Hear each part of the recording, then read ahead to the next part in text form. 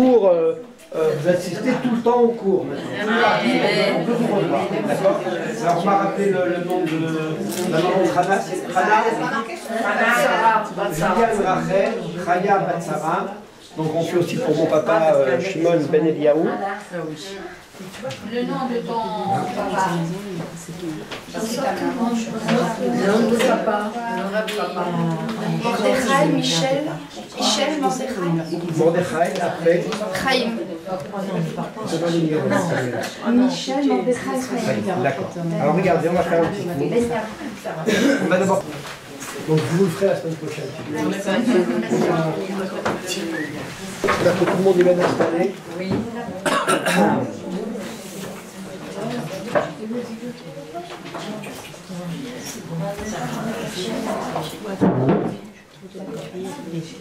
Bonsoir à tous.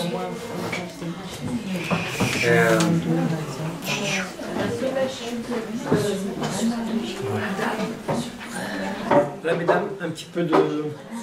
Je viens de rencontrer quelqu'un en bas. Je viens de rencontrer quelqu'un, pas dans cette rue, mais dans une rue parallèle. On s'est trompé au début. Et il nous a répondu en espagnol. Et moi, je suis espagnol, j'étais étonné. Et je lui ai dit d'où vous venez. Et il m'a dit d'Espagne. Je lui ai dit, ah, moi je viens de Gibraltar. Il m'a dit, ah, moi je viens de Gibraltar aussi. Il vient dans la ville, la première ville plus proche de Gibraltar, elle s'appelle La Ligna. J'ai jamais rencontré à Lyon quelqu'un de La Ligna. La Ligna, c'est collé à... Il a fallu que tu viennes ici. Alors voilà, je profite de cette introduction pour vous prévenir que peut-être l'accent, il n'est pas complètement français. C'est pas grave, c'est un très joli accent. Ah voilà. Je teste. Le sujet, on se trouve entre Pessah et Shavuot. Pessah, c'est qu'on est sorti d'Égypte, qu'on a été sauvé, qu'on est sorti d'être esclave en Égypte. Et après Shavuot, c'est qu'on a reçu la Torah dans le monde de Sinaï, à Har Sinaï. Et entre Pessah et Shavuot, on compte le Homer. Chaque nuit, voilà, bientôt dans quelques... Maintenant, déjà on pourrait compter le Homer. Il faut compter entre Pessah et Shavuot. Maintenant, pourquoi on compte le Homer? Pourquoi on compte chaque jour? Alors c'est ramené dans le Chinour, que c'était un grand rabbin qui vivait environ peut-être il y a 800 ans, très très grand rabbin. Il a expliqué c'est quoi le sens de cette mitzvah, pourquoi on compte chaque nuit 1, 2, 3, 4. Alors il explique qu'en fait tout le but pourquoi on est sorti d'Égypte, c'était pas juste pour être libre, mais c'était pour recevoir la Torah, pour devenir le peuple d'Hachem, pour recevoir la Torah. C'était pas juste un but en soi, juste pour sortir et c'est tout. C'était pour après recevoir la Torah. Et donc, comme le but c'est pour recevoir la Torah, alors quand ils sont sortis d'Égypte, tout de suite ils ont compté les jours. Ils savaient qu'après 50 jours, ils allaient recevoir la Torah. Et donc pour montrer qu'ils étaient pressés, comme quelqu'un qui attend un jour, un grand jour, alors ils comptent les jours. Je compte les jours pour un jour qui va arriver, qui va être très spécial. C'est comme ça que les gens ils se comportent. C'est pour ça que nous on compte le Homer, pour montrer qu'on est pressé de recevoir la Torah. Et c'est ça l'intention qu'il faut avoir. C'est pas juste on compte 1, 2, 3. Il y a un sens. C'est pour montrer qu'on est pressé pour arriver à Matan Torah, le jour où on a reçu la Torah. Alors je voulais un peu expliquer, un peu nous sensibiliser à c'est quoi le bonheur qu'on a reçu la Torah, qu'est-ce qui a changé le jour qu'on a reçu la Torah. Alors il y a une Gemara dans Shabbat, une Gemara très intéressante. Elle dit que Moshe Rabbeinu, quand il est monté aux cieux pour recevoir la Torah, les Malachim, les anges, ils ont vu Moshe Rabbeinu et ils ont demandé à Hachem, qu'est-ce qu'il vient faire cet être humain ici, qu'est-ce qu'il vient faire? Et ils savaient un peu, alors ça leur dérangeait. Qu'est-ce qu'il vient faire? Ils connaissaient la réponse. Alors quand Akadosh Baruch Hu, il leur a dit, il est venu recevoir la Torah. Alors les anges ont dit, quoi? Tu vas donner la Torah à des êtres humains, des gens Bassar Vadam, mais il ne faut pas leur donner la Torah. Non, il ne faut pas leur donner la Torah. Alors, Moshe Rabbeinu, Il ne savait pas quoi dire, alors Akadosh Baruch Hu, il a dit, réponds, qu'est-ce que tu as à dire? Qu'est-ce que tu as à dire pour ta défense? Que oui, il faut donner la Torah au peuple juif. Qu'est-ce que tu as à répondre? Comment tu leur réponds? Alors Moshe Rabbeinu a dit, moi j'ai peur de parler, parce que les anges, ils vont me brûler. Les malachim, ils sont très très forts. Alors Akadosh Baruch Hu, il a dit, tiens-toi à mon trône, à ma chaise, et moi je te protège, tu vas te protéger, tu peux leur parler, et rien va t'arriver. Alors Moshe Rabbeinu, il leur a dit, qu'est-ce qui est écrit dans la Torah? C'est écrit dans la Torah qu'il faut respecter le Shabbat. Mais vous ne travaillez pas de toute façon. C'est pas pour vous la Torah. C'est écrit Kabed et avicha v'et imecha, il faut honorer vos parents. Vous n'avez pas des parents, c'est pas pour vous, c'est pas pour rester ici dans le ciel. C'est écrit, il ne faut pas tuer, il ne faut pas être jaloux. Est-ce que ça existe la jalousie entre vous, qu'on doit vous dire de ne pas être jaloux? Ça n'existe pas entre vous, vous êtes des anges. C'est évident que la Torah, c'est pour nous. Tout de suite, ils ont été d'accord, ils ont dit, bon, on peut leur donner la Torah. On peut donner la Torah. Alors on se demande, qu'est-ce qui se passe ici? Qu'est-ce que les malachim, ils avaient comme argument? Parce que les malachim, ils ne parlent pas n'importe quoi, ils ne disent pas des choses qui ne sont pas réfléchies. Pourquoi ils ont dit, il ne faut pas donner la Torah? Et il faut qu'on comprenne c'était quoi leur argument. Il faut comprendre maintenant c'était quoi la réponse, comme Moshe Rabbeinu a dit. Mais regardez ce qui est écrit, c'est évident. Quoi, ils ne savaient pas ça, les malachim?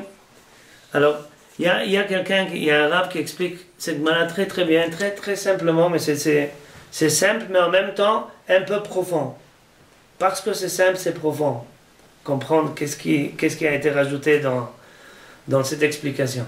En fait, il explique que les malachim, ils ont dit à Kadosh Baruch Hu, la Torah, elle est trop pure, elle est trop importante pour donner à des êtres humains. C'est méprisant pour la Torah. C'est ce qu'il voulait dire. Il a dit, c'est un mépris pour la Torah de donner ça à des êtres humains. Tu ne peux pas, ça colle pas ensemble. La Torah, elle est trop élevée pour donner à des êtres humains. Qu'est-ce qu'il a répondu, Moshe Rabbeinu?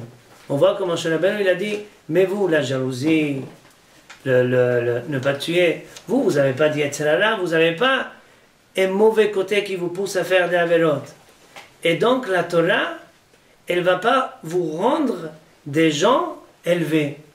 La Torah ne va pas vous élever à devenir des gens qui sont mieux, parce que vous êtes déjà parfaits. C'était ça son argument. En fait, il a dit, c'est vrai, on n'est pas parfait, mais justement, c'est parce qu'on n'est pas parfait que la Torah, elle a été donnée pour nous élever à devenir des êtres parfaits. Tandis que pour vous, ça ne va pas vous élever, vous êtes déjà des anges, vous êtes déjà parfaits. C'est évident que ce n'est pas pour rester ici. Et ça, c'est le grand honneur qu'on peut amener à la Torah, c'est quand les gens, ils voient les gens qui étudient. 2 femmes et 2 sœurs. Rachel et Léa. Et c'est marié avec Léa en premier. Et le premier fils qu'il a eu avec Léa, elle a appelé Reuven. Alors Rashi, il explique pourquoi il a appelé son fils Reuven. Alors Rashi dit parce que Reuven, ça veut dire regardez mon fils. Et ce qu'elle voulait dire, c'était regardez la différence entre mon fils et le fils de mon beau-père. Alors là, ça c'est un tout petit peu compliqué, mais je vais expliquer. Le fils du beau-père de Léa, le beau-père de Léa, c'était le père de Léa, c'était Lavan. Le beau-père de Léa, ça veut dire le père de son mari, le père de Yaakov, exactement, c'était Yitzhak. Et Yitzhak, il avait eu 2 garçons. Il avait eu Yaakov, parce que Esav, quand Yaakov, il lui a pris la Bechora, le droit d'aînesse, quand il lui a pris le droit d'aînesse, alors qu'est-ce qu'il a fait Esav? Il a détesté Yaakov. Il voulait tuer Yaakov. Et même 20 ans plus tard, quand il a rencontré Yaakov, il voulait encore le tuer. Il était encore avec la même haine qu'il avait quand il lui avait enlevé la Bechora. Tellement il a détesté Yaakov, il lui a pris la Bechora, le droit d'aînesse, il lui a pris la Bechora. Et ça, il n'a jamais pardonné. Il n'a pas supporté ça. Tandis que Reuven, lui, il n'a pas donné la Bechora à quelqu'un, il n'a pas vendu. Et ça, il a vendu à Yaakov. Et quand même, il a détesté parce qu'il a pris. Reuven, il a perdu, comme il a fait une faute, il a perdu la Bechora, elle a été donnée à Yosef. Normalement, quelqu'un, il est jaloux quand on lui prend quelque chose, c'était à lui, mais non, il a perdu, il n'a pas fait exprès, il a perdu, on lui prend, le normal c'est d'être jaloux. Et qu'est-ce qui est écrit? c'est écrit que quand les frères, ils ont voulu tuer Yosef, c'est qui des frères qui voulaient le sauver? Reuven. Alors elle avait Ruach HaKodesh, et quand il est né, elle a vu qu'il allait avoir cette gentillesse, cette force, de ne pas détester son frère, bien que son frère, il lui a pris la Bechora. Alors elle a dit, regardez la différence entre mon fils et Esav. Qu'est-ce qu'elle voulait dire? Elle a dit, regardez la différence entre quelqu'un qui vit avec la force de la Torah et quelqu'un qui vit pas selon la Torah. Quelqu'un qui vit pas selon la Torah, il suit la nature. La nature des choses, c'est que quelqu'un m'enlève quelque chose, je suis jaloux, j'ai envie de le tuer, j'ai envie de le frapper. Ça, c'est la nature des choses. Mon fils, il a eu la force de s'élever, parce qu'il vit selon la Torah, il a eu la force de s'élever au-dessus de la nature. Ça, c'est ce que Moshe Rabbeinu a dit aux anges. Il a dit, les êtres humains, comme ils ont un mauvais côté, etc., c'est eux qui vont grandir avec la Torah. Et c'est ça ce qui amène le kavod de la Torah. Quand on voit, lui, il a été transformé par la Torah. Lui, s'il arrive à faire ça, c'est quelqu'un qui vit selon la Torah. Ça, c'est le kavod de la Torah. Et c'était ça la réponse de Moshe Rabbeinu, c'était son argument. Son argument contre les malachim, c'était il faut donner la Torah aux êtres humains, ça va les transformer. Il y avait un Rav, il s'appelait Rav Yosef. Et lui, quand il arrivait Shavuot, il préparait un grand festin, comme ici, plein de choses, plein. Il arrivait, il préparait une très très belle table chez lui à la maison, le jour de Shavuot. Alors les gens ils se demandaient pourquoi Shavuot plus que Pessah, plus que Sukkot. Pourquoi Shavuot? Il a dit, parce que si ce n'était pas pour ce jour-là, je serais quelqu'un de la rue. Si ce n'était pas pour ce jour-là où on a reçu la Torah, et grâce à la Torah, j'apprends à m'élever, j'apprends comment il faut se comporter, je serais comme quelqu'un de la rue. Et je ne serais pas un Rav Yosef, quelqu'un d'exemplaire, je serais un bandit, quelqu'un de la rue, parce que je ne saurais pas d'où apprendre comment être quelqu'un de bien. C'est pour ça qu'il donnait tellement d'importance à Shavuot, parce qu'il aimait Shavuot. Grâce à Shavuot, il est quelqu'un de bien. C'est la Torah qui le rend quelqu'un de bien. Comme ça, il a dit, si ce n'était pas pour ce jour-là, je serais comme quelqu'un du chouk. Comme ça, il a dit, quelqu'un du chouk, quelqu'un qui vole, quelqu'un qui pince, quelqu'un qui casse. Je serais quelqu'un de la rue. Ça, c'est la chashivut de la Torah. Et donc, on compte les jours pour arriver à Shavuot. Il faut avoir ça en tête. Il faut avoir en tête que grâce à la Torah, ceux qui respectent la Torah, ceux qui étudient la Torah, qui vont à des shiurim de Torah, ceux qui font les mitzvot de la Torah, ils sont imprégnés par la kedusha de la Torah, par la droiture de la Torah, et ils deviennent des gens bien. Et ça, c'est le plus grand kavod de la Torah. C'est écrit dans la Gemara que c'est quoi le plus grand honneur pour la Torah? C'est quand quelqu'un y voit quelqu'un de bien, il dit, ah, heureux ces parents qui l'ont amené dans le chemin de la Torah. Heureux ces maîtres qui l'ont enseigné comme ça. Heureux ces maîtres qui ont... Ça, c'est le kavod de la Torah. Et ça, c'est la force de la Torah de transformer quelqu'un à le rendre quelqu'un de bien. Il y a une autre histoire aussi. J'espère que ça ne vous dérange pas, les histoires. Mais on apprend beaucoup. C'est très bien. Les femmes, elles aiment les histoires. Oui, même les hommes. Parce que les histoires, surtout les histoires de la Gemara, elles sont pures. Il y avait un grand tzaddik, un grand rav, il s'appelait Shimon ben Shetach. Il avait beaucoup de disciples. Et lui, il avait du mal à faire une parnassa. Il avait un troupeau, il travaillait. Ils lui ont dit, ses disciples lui ont dit, on voit comment tu travailles dur, vends ça, et après tu vas acheter un âne, et avec ça tu le loues un peu. Ça a l'air un travail plus facile, peut-être tu peux faire un peu d'argent avec ça. Il a fait ça, il les a écoutés, il a acheté. Et après, il y avait un diamant, il y avait une grande pierre précieuse dans l'âne. Alors, il a dit, wow, t'imagines le cadeau que tu as été envoyé, tu as acheté comme ça un âne de quelqu'un, je ne sais pas si c'était d'un arabe, de quelqu'un du chouk, et maintenant ils ont trouvé, alors il a dit, il faut le rendre. Et il a dit, mais pourquoi tu vas le rendre? Tu as du mal à faire... Là, tu peux maintenant rester tranquille, t'asseoir, tu peux étudier, tu n'auras plus besoin de travailler, pourquoi tu vas rendre? Il a dit, oh non, parce que c'est pas moi j'ai acheté l'âne, pas ça, il faut le rendre. Alors il a dit, mais la halakha, elle dit pas ça. La halakha, elle dit, on n'a pas le droit de voler à un goy. Mais si on trouve quelque chose qu'un goy il a perdu, on n'est pas obligé de le rendre. Un juif, oui, mais pas un goy, une trouvaille, quelque chose qu'un goy il a perdu, on n'est pas obligé de lui rendre. Alors Shimon ben Shetach, il a dit, comme ça c'est la halakha. Shimon ben Shetach, il a dit, oui, mais si en le rendant, ça va faire un kiddush Hashem, les gens ils vont dire, ah, comme ils sont bien les juifs, ceux qui gardent la Torah, alors oui, c'est bien de le rendre.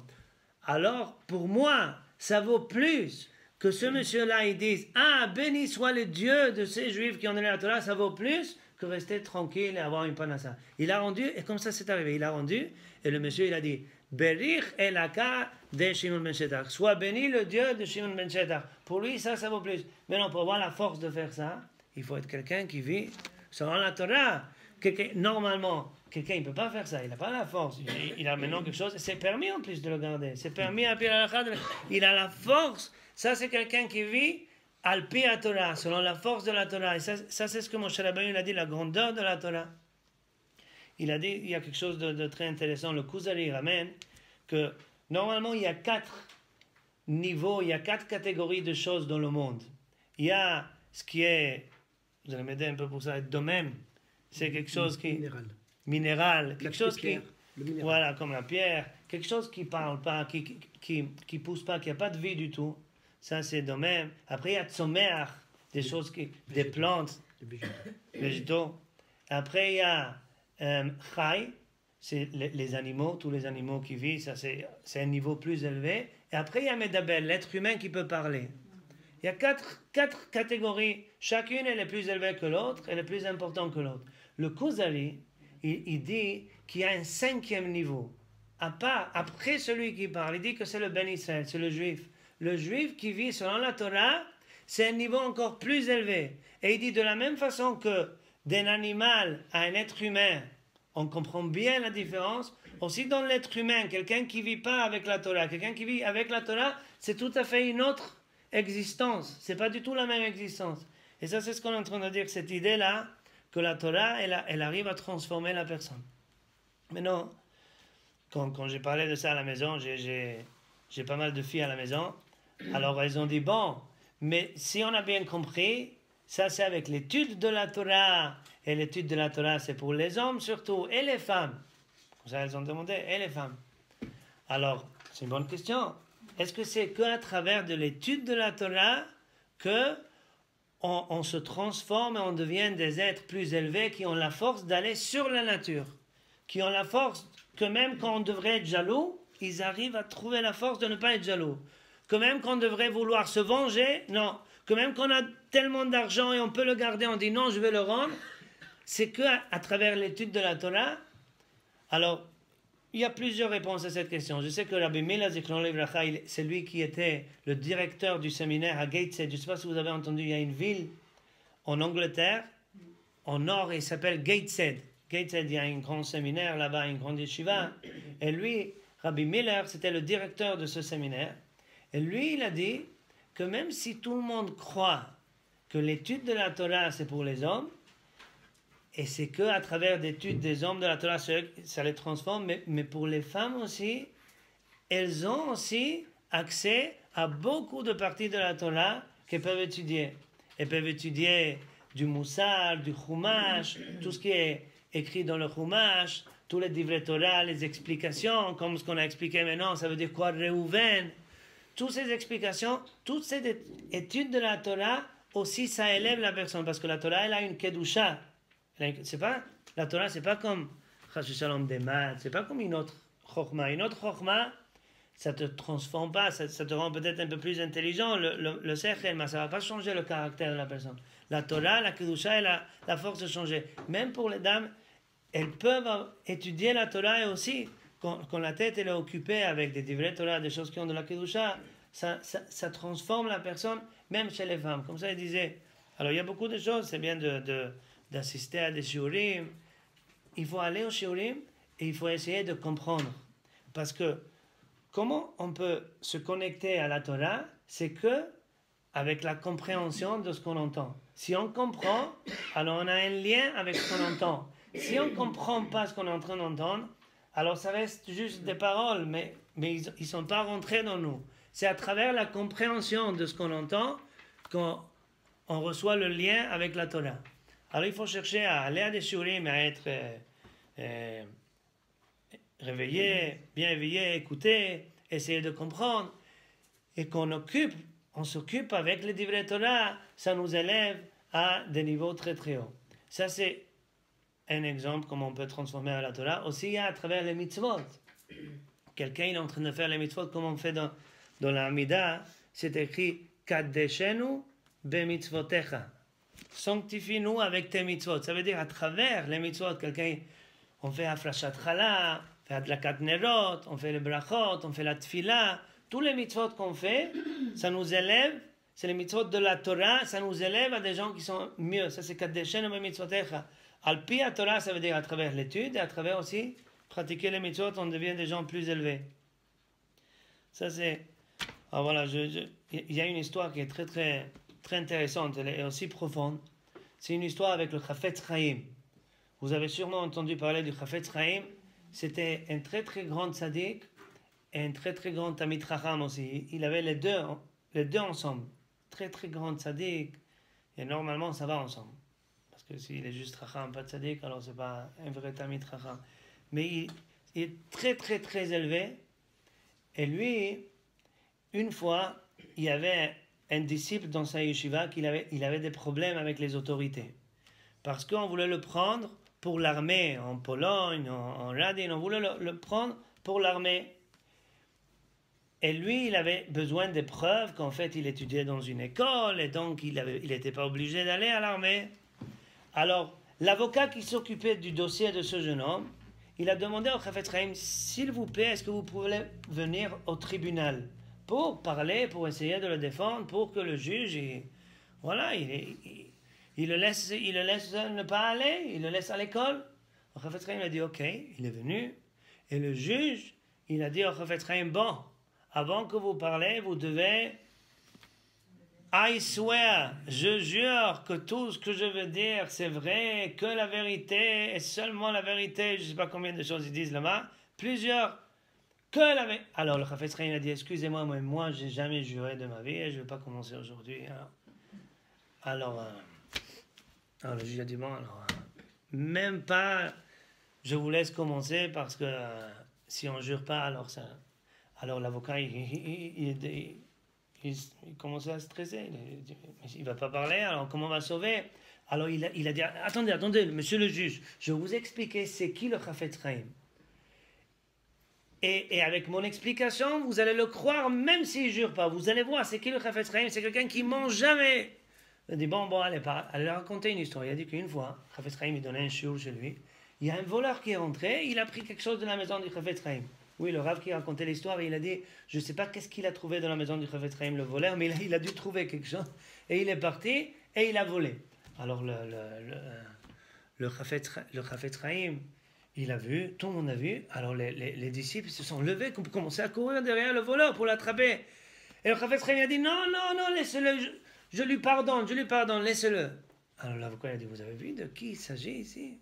On vient lui voler, et il dit, non, il lui pardonne, il ne veut pas commencer à se disputer, il ne veut pas l'en vouloir, il ne veut pas que l'autre y transgresse davantage. Et il dit, je te pardonne, je te le donne cadeau. Vous avez vu de qui il s'agit ici? Lui, il n'a pas besoin de jurer.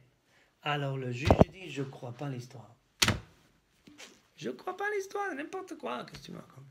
Alors l'avocat, il a dit, vous croyez ou vous ne croyez pas, mais sur vous, on ne raconte pas des histoires comme ça. Ouais.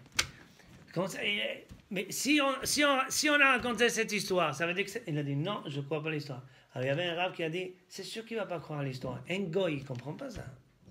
Un goy, il ne comprend pas que quelqu'un vient te voler et tu le pardonnes. Pour lui vraiment, c'est des bêtises. Le rave, il a dit, le juge, il avait raison, l'avocat, il perdait son temps de lui expliquer ça. Il aurait dû trouver une autre chose à dire. Parce qu'un goy, il ne comprend pas ça. Ça, c'est la différence entre quelqu'un qui vit selon la Torah. Maintenant, nous, on n'a pas ce niveau tout de suite, oui, mais on doit savoir que c'est ça la force qu'il y a dans la Torah.